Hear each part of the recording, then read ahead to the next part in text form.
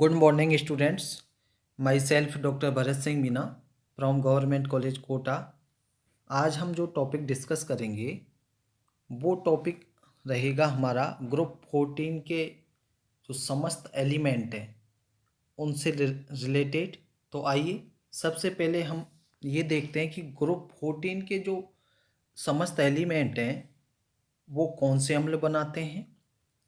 वो H2MO3 type के oxy अम्ल भी बनाते हैं। इसमें उदाहरण के तौर पर आप देखेंगे कार्बोनिक अम्ल, सिलिसिलिक अम्ल, मेटास्टेनिक अम्ल, मेटाप्लम्बिक अम्ल। ये सभी अम्ल अस्थायी होते हैं, किंतु इनके जो सोडियम लवण बनते हैं वो पर्याप्त स्थायी होते हैं। अब सिलिकॉन कार्बन व ऑक्सीजन के साथ बड़े प्रबल सहसंयोजक बंध बनाते हैं और इनके बंधन से एक बहुत ही महत्वपूर्ण संगनन बहुलक यौगिक बनते हैं जिन्हें हम सिलिकॉन्स के नाम से जानते हैं। और इनकी खोज सर्वप्रथम रोसो ने 1945 में की थी। सिलिकॉन्स किस प्रकार से बनाए जा सकते हैं, देखिए। सर्वप्रथम सिलिकॉन कॉपर मिश्र धातु की एल्किल हैलाइड, उदाहरण के तौर पर देखें तो मैथिल क्लोराइड से क्रिया करवाकर कार्बनिक सिलेन प्राप्त किए जाते हैं। देखिए ये मैथिल क्लोराइड है और यहाँ पर ये रिएक्शन कर रहा है SiCu से और बन रहा है डाईमेथिल डाइक्लोरोसिलेन। और ये जो डाईमेथिल डाइक्लोरोसिलेन बनाए ये जल के साथ शीघ्र ही अपघटित होकर क्या बनाएगा, अपघटित होकर ये हाइड्रोक्साइड बनाते हैं। देखिए ये डाईमेथिल डाइक्लोरोसिलेन H2O के साथ अपघटित हो रहा है और ये डाईमेथिल डाइहाइड्रोक्सीसिलेन का निर्माण कर रहा है। ये दो हाइड्रोक्सीसिलेन अणु शीघ्र ही संघनित होकर एक द्विलक बना लेंगे। देखिए ये डाइहाइड्रोक्सीसिलेन है, इसके दो अणु हैं और ये आपस में संघनित हुए और यहाँ पर एक डाइमर द्विलक का निर्माण हो गया। इस प्रोसेस में एक SiO बंध बनता है जो एक बहुत ही मजबूत बंध होता है। देखिए जैसा सिलिकेटों में, ये देखिए सिलिकॉन का एक बृहद अणु। अब आप देखेंगे कि इस प्रकार बने द्विलक में चूंकि अभी दोनों ओर OH समूह विद्यमान है, यह हाइड्रोक्सीसिलेन के N अणुओं के साथ संघनित हो जाता है और यह प्रक्रिया चलती रहती है। इससे बहुत बड़े बहुलक अणु बन जाते हैं। भिन्न भिन्न प्रकार के सिलेन से प्रारंभ करके हम कई प्रकार के सिलिकॉन प्राप्त कर सकते हैं। डाईमेथिल डाइहाइड्रोक्सी सिलेन से बने हुए बहुलक को हम सिलिकॉन तेल कहते हैं। ये खनिज तेलों की तुलना में उच्च ताप पर अधिक स्थायी होते हैं और कम ताप पर ये गाढ़े भी नहीं होते। ये सिलिकॉन रबड़, देखिए सिलिकॉन रबड़ की स्ट्रक्चर इस प्रकार से दिखाई देती है। सिलिकॉन रबड़ बहुत अधिक अणुभार वाली इकाइयों से मिलकर बना होता है जो परस्पर एथिलीनिक ग्रुप द्वारा जुड़ी रहती है। उदाहरण आप देखें तो कमरे के टेम्परेचर पर वल्कनीकृत होने वाले सिलिकॉन रबड़ भी उपलब्ध हैं। इसमें कोई ऐसा ग्रुप होता है जो आसानी से जल अपघटित होने वाला हो। उदाहरण के तौर पर देखें तो एसीटेट ग्रुप। ऐसे समूह वातावरण की नमी से जल अपघटित होकर OH समूह बना लेते हैं। ये दोनों समूह संघनित होकर दो श्रृंखलाओं के मध्य क्रॉस लिंक बना लेते हैं और इस प्रकार रबड़ का वल्कनीकरण हो जाता है और क्रॉस जाल वाले बहुलक बन जाते हैं। ये देखिए इस प्रकार से वल्कनीकृत सिलिकॉन रबड़ का निर्माण हो रहा है। अब हम बात करते हैं इनके इंडस्ट्रियल एप्लीकेशंस, औद्योगिक अनुप्रयोग क्या क्या है। तो सिलिकॉन में ऐसा कोई केंद्र नहीं है जो जल के धन विद्युतीय भाग H अथवा हम कहें ऋण विद्युत भाग O को आकर्षित कर सके। अतः ये जल में गीले नहीं होते। जब आकर्षित ही नहीं करेगा उसके किसी भाग को, जल के को, तो गीले कैसे होंगे। और इन बड़े अणुओं में कहीं कोई मुक्त इलेक्ट्रॉन भी नहीं है। जब मुक्त इलेक्ट्रॉन नहीं है तो ये विद्युत के कैसे होंगे, ये विद्युत के कुचालक होते हैं। इसके अतिरिक्त समस्त सहसंयोजक बंध अत्यंत प्रबल होने के कारण अत्यधिक ताप भी इन पर कोई प्रभाव नहीं डाल पाता है, क्योंकि इनके मध्य जो कोवलेंट बॉन्ड है वो वेरी स्ट्रॉन्ग, बहुत प्रबल है। अब इनके औद्योगिक रूप में अत्यंत महत्व के यौगिक हैं और इनके कुछ प्रमुख एप्लीकेशंस देखें तो उनमें सबसे पहला जो एप्लीकेशन है, इनका उपयोग वाटरप्रूफ कपड़ों एवं कागज के निर्माण में किया जाता है। यदि किसी कागज अथवा कपड़े को सिलिकॉन वाष्प के संपर्क में लाया जाता है तो इनकी एक पतली सी तह कागज अथवा कपड़े पर फैल जाती है और इस प्रकार उसे क्या बना देगी, वो उस कपड़े या कागज को जल रोधी बना देती है, अर्थात जल से उस पर कोई प्रभाव नहीं पड़ेगा। दूसरा, सिलिकॉन से बनाई गई वैसलीन जैसे ग्रीस, इसको -40 डिग्री तक के कम ताप पर भी जम नहीं पाती है ये वैसलीन। और इनका जो उपयोग होता है वो वायुयान में लुब्रिकेंट्स, स्नेहक के रूप में भी किया जाता है। वायुयान क्या करता है कि बहुत उच्च ताप से आसमान की ऊंचाइयों तक उड़ता है जहां ताप बहुत कम होता है।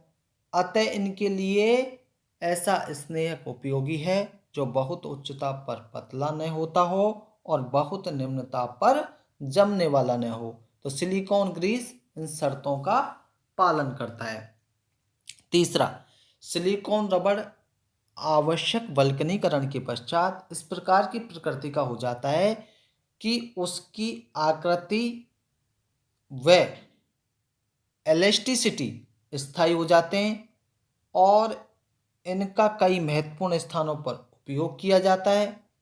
अंतरिक्ष यानों व जेट विमानों में इमारतों को सील व वायुरोध बनाने के लिए सिलिकॉन रबड़ के खिड़कियों के गैस कट बनाए जाते हैं। एकदम भिन्न ताप वाली चंद्रमा की सतह पर कदम रखने वाले अपोलो एस्ट्रोनॉट्स ने सिलिकॉन रबड़ के तलवे वाले जूते ही पहने थे। अंतरिक्ष यात्रियों की पोशाक भी सिलिकॉन से बनाई जाती है। तो देखिए इसका कितना महत्वपूर्ण इंडस्ट्रियल उपयोग है। नेक्स्ट है, सिलिकॉन अत्यंत उच्च ताप पर भी जलकर काले नहीं पड़ते। विद्युत मोटर व विद्युत के अन्य उपकरणों में इंसुलेटर के रूप में इनका उपयोग किया जाता है। यदि रंग रोगन में थोड़ा सिलिकॉन मिला दिया जाए तो वे धूप, पानी, गर्मी आदि से प्रभावित नहीं होते और लंबे समय तक अच्छे बने रहते हैं। कांच के रेसे व कांच की रुई भी सिलिकॉन से ही बनाए जाते हैं। अब बात करते हैं ग्रुप 15 की। ग्रुप 15 के जो एलिमेंट्स हैं वो हाइड्राइडों का स्थायित्व अणुभार बढ़ाने के साथ घटाता जाता है। अमोनिया सर्वाधिक स्थायी, फॉस्फीन व अर्सिन पर्याप्त स्थायी और स्टिवलिन SpH3 कम स्थायी है। बिस्मथ हाइड्राइड का अस्तित्व ही संदेहजनक है। इन हाइड्राइडों का क्षारीय गुण भी घटते हुए क्रम में है। अतः अमोनिया का जलीय विलयन अमोनियम हाइड्रोक्साइड पर्याप्त प्रबल क्षार है। फॉस्फीन कुछ फॉस्फोनियम यौगिक बनाती है और PH4OH अत्यंत दुर्बल क्षार है, जबकि शेष हाइड्राइड अम्लों के साथ क्रिया ही नहीं करते। विभिन्न प्रकृति के नाइट्रोजन के कुछ अन्य हाइड्राइड भी ज्ञात हैं। देखिए हाइड्रोजीन NH2 जो दुर्बल द्विअम्लीय क्षार की भांति व्यवहार करता है। हाइड्रोक्सिल एमीन जो उभयधर्मी व्यवहार करता है और हाइड्रोजिक अम्ल जो पर्याप्त प्रबल अम्लीय व्यवहार दर्शाता है। ऐसे देखिए एजाइड N3- निम्न प्रकार के अनुनाद के कारण स्थायी है। इस वर्ग के समस्त ऑक्सीकरण अवस्था +3, +4 +5 में आप देखेंगे H2O3, H2O4, H2O5 प्रकार के ऑक्साइड बनाते हैं। लेकिन इन ऑक्साइडों का अम्लीय गुण अणुभार बढ़ने के साथ घटता जाता है। अतः आप देखेंगे कि नाइट्रोजन और फास्फोरस के ऑक्साइड प्रबल अम्लीय होते हैं, आर्सेनिक और एंटीमनी के ऑक्साइड उभयधर्मी होते हैं, जबकि बिस्मिथ के ऑक्साइड B2O3 एक क्षारीय यौगिक है। अब बात करते हैं हम नाइट्रोजन के 5 ऑक्साइड जो कौन कौन से ज्ञात हैं और इनमें ऑक्सीकरण अवस्था +1 से 6 तक होती है। देखिए नाइट्रोजन के 5 ऑक्साइड कौन कौन से? पहला है नाइट्रस ऑक्साइड N2O, इसकी ऑक्सीकरण अवस्था होती है +1। दूसरा है नाइट्रिक ऑक्साइड जिसे हम NO के नाम से जानते हैं, इसकी ऑक्सीडेशन स्टेट +2। तीसरा है डाइनाइट्रोजन ट्राईऑक्साइड, ये होता है N2O3 और इसकी ऑक्सीकरण अवस्था होती है +3। फोर्थ है नाइट्रोजन डाइऑक्साइड NO2, ऑक्सीकरण अवस्था इसकी 4 होती है। और लास्ट है नाइट्रोजन पेंटाऑक्साइड, इसकी ऑक्सीकरण अवस्था +5 होती है। इनके अतिरिक्त नाइट्रोजन ट्राईऑक्साइड NO3 अथवा N2O6 ऑक्सीकरण अवस्था में भी होता है, लेकिन इनका एग्जिस्टेंस क्लियर नहीं है क्योंकि ये अत्यंत अस्थायी है। इनके अतिरिक्त नाइट्रोजन, देखिए नाइट्रोजन के ऑक्सी अम्ल में निम्न प्रकार का उल्लेख किया जा सकता है: हाइपोनाइट्रस अम्ल, नाइट्रस अम्ल, नाइट्रिक अम्ल और परनाइट्रिक अम्ल। अब बात करते हैं हम ग्रुप 16 के एलिमेंट्स की। तो इसमें H2O, H2S, H2SC और H2T जैसे हाइड्राइड बनाते हैं, जिनका स्थायित्व अणुभार बढ़ने के साथ घटता जाता है। हाइड्रोजन बंधन के कारण H2O एक द्रव है, जबकि शेष सभी गैसें हैं। इसका क्या कारण है? Hydrogen bond. वाटर रंगहीन व गंधहीन होता है, लेकिन शेष समस्त हाइड्राइडों में ये अरुचिकर गंध होती है। ऑक्सीजन व सल्फर के कैटिनेशन के गुण के कारण H2O2, जिसे हाइड्रोजन परऑक्साइड के नाम से भी जानते हैं, H2S2, H2S3, H2S4 जैसे हाइड्राइड भी बनाते हैं। यदि ओजोन को ऑक्सीजन का ऑक्साइड मान लिया जाए तो इस वर्ग 16 के जो समस्त तत्वों XO2 प्रकार के ऑक्साइड बनाएंगे। Sulphur dioxide SO2, selenium dioxide ACO2, tellurium dioxide TeO2 अम्लीय ऑक्साइड है और इनका अम्लीय गुण व स्थायित्व अणुभार बढ़ने के साथ घटता जाता है। SO2 एक उपयोगी एंटीसेप्टिक गैस है जो ऑक्सीकारक व अपचायक दोनों की भांति व्यवहार प्रदर्शित करती है। कौन सी? SO2। रक्त तप्त लोह चूर्ण को यह आयरन ऑक्साइड व सल्फाइड में ऑक्सीकृत कर देती है, जबकि पोटेशियम परमैंगनेट व डाइक्रोमेट को यह अपचयित कर देती है और आयोडेट में से आयोडीन मुक्त कर देती है। देखिए H2SO3, H2SeO3 और H2TO3, इनमें आपस में क्या क्या अंतर है, क्या क्या कौन कौन से लवण बनाते हैं? H2SO3 बनाता है सल्फ्यूरस अम्ल जो Na2SO3 जैसे सल्फाइड लवण बनाता है, सेलिनियम अम्ल जो सेलिसाइट लवण बनाता है और टेल्यूरस अम्ल जो टेल्यूराइट लवण बनाता है। H2SO4 सल्फ्यूरिक अम्ल जो Na2SO4 जैसे सल्फेट लवण बनाता है और आपका ये H2SeO4 जिसे हम सेलिनिक अम्ल जो सेलेनेट लवण बनाता है और आपका टेल्यूरिक अम्ल H2TeO4 जो टेल्यूरेट लवण बनाता है। सेलिनेट सल्फेट की ही भांति व्यवहार दर्शाते हैं और उतना ही क्रिस्टलन जल होता है और उन्हीं के जैसे द्विक लवण और फिटक्रियाँ बनाते हैं। इन ऑक्सी अम्लों की जो सामर्थ्य व स्थायित्व है वो सल्फर से टेल्यूरियम तक आने में घटती जाती है। अब हम बात कर रहे थे किन किन की बात की आज हमने। एक तो इंडस्ट्रियल एप्लीकेशंस, किसकी? सिलिकॉन की। तो सिलिकॉन की बहुत ही महत्वपूर्ण इंडस्ट्रियल एप्लीकेशंस के बारे में हमने पढ़ा।